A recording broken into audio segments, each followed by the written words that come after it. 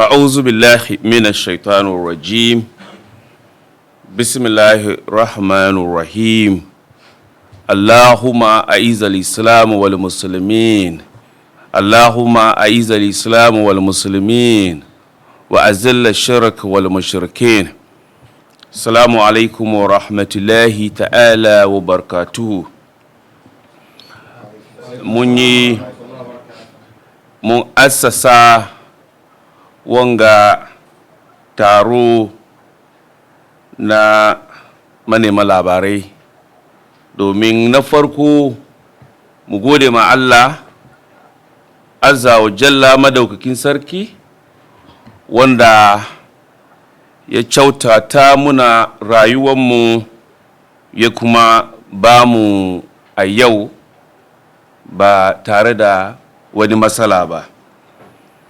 Na biyu kuma shugaban kasa da mataimakin shugaban kasa mu gode mai da abinda ya yi ma al'umma musulmai duka baki daya. Na uku mai jidan gado Dr. Alhaji Mahamudu Bawumia masoyinmu wanda ya kara cikin waɗanda suke fafata domin su samu shugabancin wannan kasa. Dr. Alhaji Mahamudu Bawumia wanda domin albarkacin shi muka isar wa mutane Zango hidima ta musamman.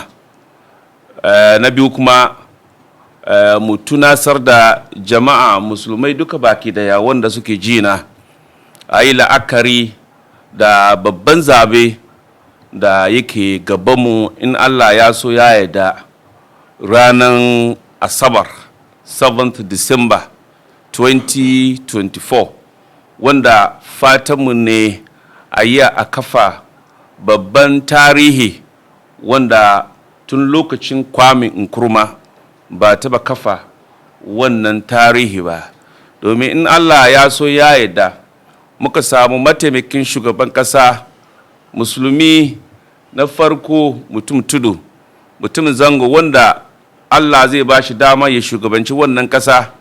Babban alfahari ne wa matasa Ghana duka baki daya, musamman mutanen Zango.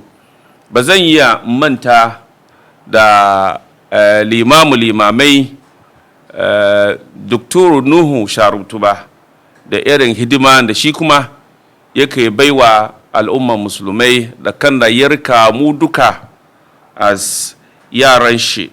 Sauran limamai da muka yi da su a wanga kasa na ahli sunna, na shiya, na tijaniya, na Ghana Muslim Mission, na Ahmadiyya da wa'ansu da watakila ba san su ba, su duka zan use wanga dandalin naku in gode musu da irin goyon baya da suka ba Dr. Alhaji Mahamudu Bawumia.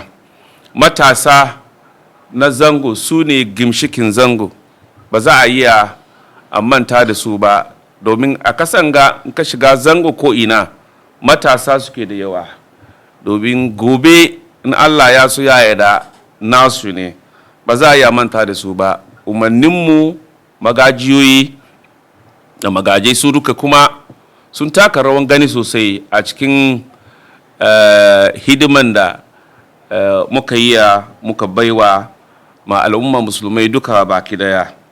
Wai haske ya kai gaban goshi, kamar yadda na gaya ranar Asabar za a yi zaben mataimakin shugaban kasa Dr. Alhaji Mahamudu Bawumia, domin shi muke takama, domin shi muke alfahari, domin a yau shi ne hasken Zango, shi ne mutumin Zango the very first time da ya samu makami, babban makami kamar yadda mu duka muka sani. For the very first time in the history of this country mun samu shugaba na jami'iyyar siyasa MPP, the presidential candidate and the leader of the new patriotic party.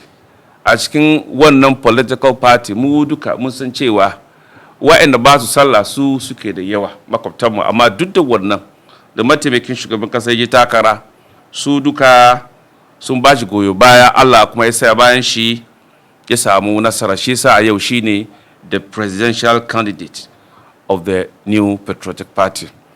Na yi sure kamar ba abin da za mu manta irin taka ruwan da mataimakin shugaban kasa ya yi ba. Bari dai kuma nanata domin in tunasar da manyanmu na Zango, matasa da kowa wanda ke ji na. For the very first time a cikin tarihin Ghana, mataimakin shugaban kasa ya kafa wani babban tarihi. Menene wannan tarihi? In Allah ya da lokacin azumi ya kai, kowane wata duka mataimakin shugaban kasa yana organize iftar a cikin fadan shugaban kasa, ya gayyata maluma, ya gayyata sarakuna, ya gayyata halata ma waɗanda ba su sallah, domin ya kafa ko ya karfafa jituwa tsakanin Christians da Muslims. Wannan abun nan bai taba faruwa ba. Lokacin azumi kuma ya kai, wannan tun lokacin da mataimakin shugaban kasa ya zama running mate wa Nana Ado Dankwa Akufo-Addo 2008, ya fara rangadi. Lokacin azumi ya kai, kowane masallacin da muka sani a kasan ga, babban masallaci ko kankani masallaci ne, mataimakin shugaban kasa yana kai wa ziyaran shi a wannan masallaci, ya zauna ya ji tafsir, ce ya yi mu'amala da yawancin musulmai, abinda ya kamata ya bayar duka shi ya bayar. Ba za mu tuna da irin masallatai da mataimakin shugaban kasa ya gina wa musulmai a Ghana duka baki daya ba. Wannan nan ba kudin gwamnati mataimakin shugaban kasa ya yi amfani ya yi wa'annan gine-gine ba, da kudin a juhun shi ya yi. Mutane 40 da mataimakin shugaban kasa ya je da su a Cuba, da yau suke kosun doctor ko kosun likitancin nan, ba abinda za mu manta da su ba. Mata 20, maza kuma 20. In Allah ya yadda yana cikin manufa ko manufofi na mataimakin shugaban kasa, kamar kowane shekara duka ya try je da matasan Zango guda 100 a kasashe waje, domin su kuma su samu damar su je su koyu wa'ansu courses wa'anda za su zo back to Ghana su isarwa mutanen Zango hidima, mu kuma tattalin arzikinmu na Zango ya bunkasa. Jarabawa da a yanzu muka samu a cikin GHS, domin albarkacin mataimakin shugaban kasa an ka samu. In Allah ya yarda next year za a je da jarabawa daga SHS, Zango Development Fund, da an ka gina muna kuma ko an ka kafa domin a gaggauta ci gaba a Zango. Wannan ba za mu manta da wannan ba.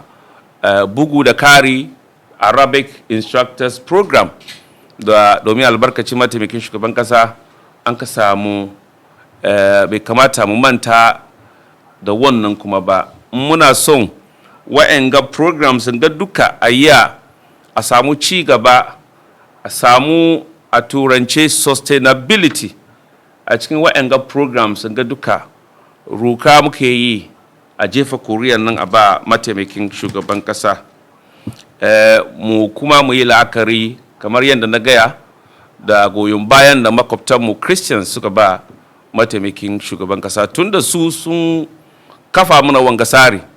Bai kamata wannan tsarin nan ya kubuce muna ba, domin su abinda ya kamata su yi duka sun yi, domin sun gan cewa mataimakin shugaban kasa na tare da kyakkyawa halaye, ya ga ladabi, ga ilimi, ga komi.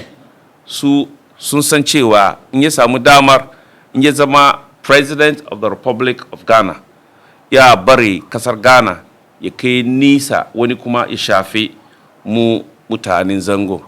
The question is, in ba yau ba, wani rana ne wanga damar ga za mu samu kuma, if not now a turance when again.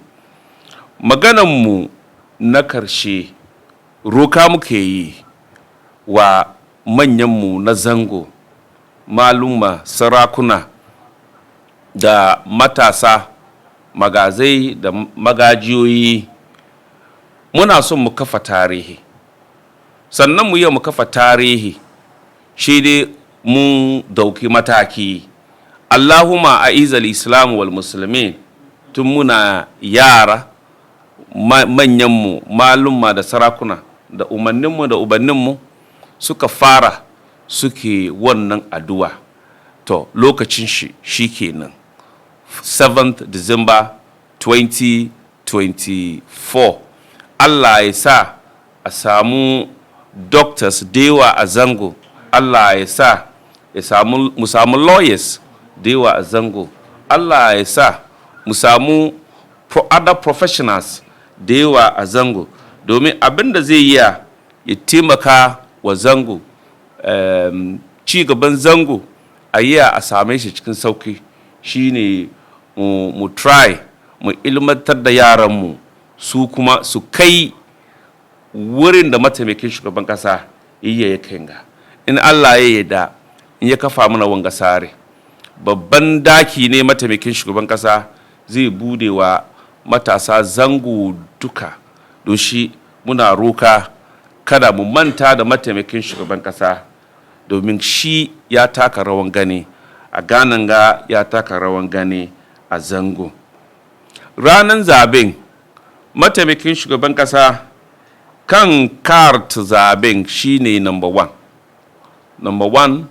muka jefa kuriya muka ba mataimakin shugaban kasa, shi mu jefa kuriya na mu ba waɗanda suke takaran na majalisa dokoki kuma, domin mataimakin shugaban kasa Dr. Alhaji Mahamudu Bawumia ya bukata yan majalisa dewa a cikin majalisa dokoki, majority of the members of parliament muna roka should come from the new patriotic party.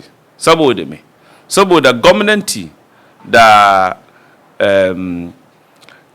parliament kamar mota da mai petro ne. Gwamnatin nan ita ce motan nan, shine legislature ko parliament ita ce mai petro nan. In akwai mota ba mai petro, ba abinda motar nan zai yi move ba. In akwai mai petro kuma ba motar nan ba abinda mai petro nan yake da amfani ba. Don shi an ka samu mota ta fannin gwamnati, sha samu mai petro ta fannin parliament kenan. Don shi in an ka vote, an ka ba mataimakin shugaban kasa, shi a vote a ba MPP members of parliament da su kuma hotunansu da sunanakinsu zai kasance a kan kart zaben nan. Wanga gargadi kankani nake so in ba matasa zango. Lokacin siyasa ya kai, akwai waɗanda su abinda su suke bukata ne su shigo a zango, su haya matasa zango domin su je su kirkiro abinda zai kawo tashi hankali. Muna rokansu kada mu bari political parties ko kuma masu siyasa su shigo a zango su haya matasan zango suna saran youth mu ba. Bayan sun youth mu sun kare, sun cima burinsu, shi su yar matasa zango. Mu kuma mu try mu koyi ilimi, muka koyi ilimi ayyukan da ake kirkirowa a kasar Ghana ga, insha Allah mu kuma mun samu rabonmu a ciki. Mataimakin shugaban kasa in Allah ya yarda, in ya zama shugaban kasa, rabo mu da ke cikin gwamnatin shi insha Allah za mu samu. Magana na karshe, waɗanda suke takara musamman John Dramani Mahama da Dr. Alhaji Mahamudu Bawumia, su biyun duka tudu suka fito. John Dramani Mahama ya taba zama shugaban kasa, amma mataimakin shugaban kasa kamar yadda mu duka muka sani bai taba zama shugaban kasa ba. Akan tsarin doka, John Dramani Mahama in ya samu shugabancin wanga kasa ma yana da dama ya ci just 4 years ne, amma mataimakin shugaban kasa domin shi bai taba zama shugaban kasa ba, in Allah ya dan ya samu yana da 8 years, don shi 8 years da 4 years cikin sunna wanne zai iya ya rika mu nisa, wanne ci gaba da zai kawo a zango zai muna yawa. Obviously it is the 8 years. Shine magana na biyu akan wanga magana shine ya kamata mu je gaba. Some time ago mun samu liman mutum tudu as president, daga baya muka samu John Dramani Mahama mutum tudu as president. Ya kamata mu kara na uku yayi so uku, saboda in za a zana tarihi na Ghana, once upon a time an ce kaman once upon a time mun samu mutane uku waɗanda su uku nan duka mutane tudu ne, but the only difference is that Dr. Alhaji Muhammadu Bawumia musulmi ne, shi kuma ya taba shugabanci wannan kasa. Don shi ya kamata mu musulmai kuma mu sa jikinmu cikin tarihin Ghana. In za a zana tarihin Ghana ba za a iya a manta da mu ba, domin mu kuma from Gold Coast har zuwa Ghana har zuwa wa yau musulmai a Ghana su kuma sun taka rawan gani sosai. Shi magana na a gurguje a madadin mataimakin shugaban kasa duka kenan. Assalamu alaikum wa rahmatullahi ta'ala wa barakatuh.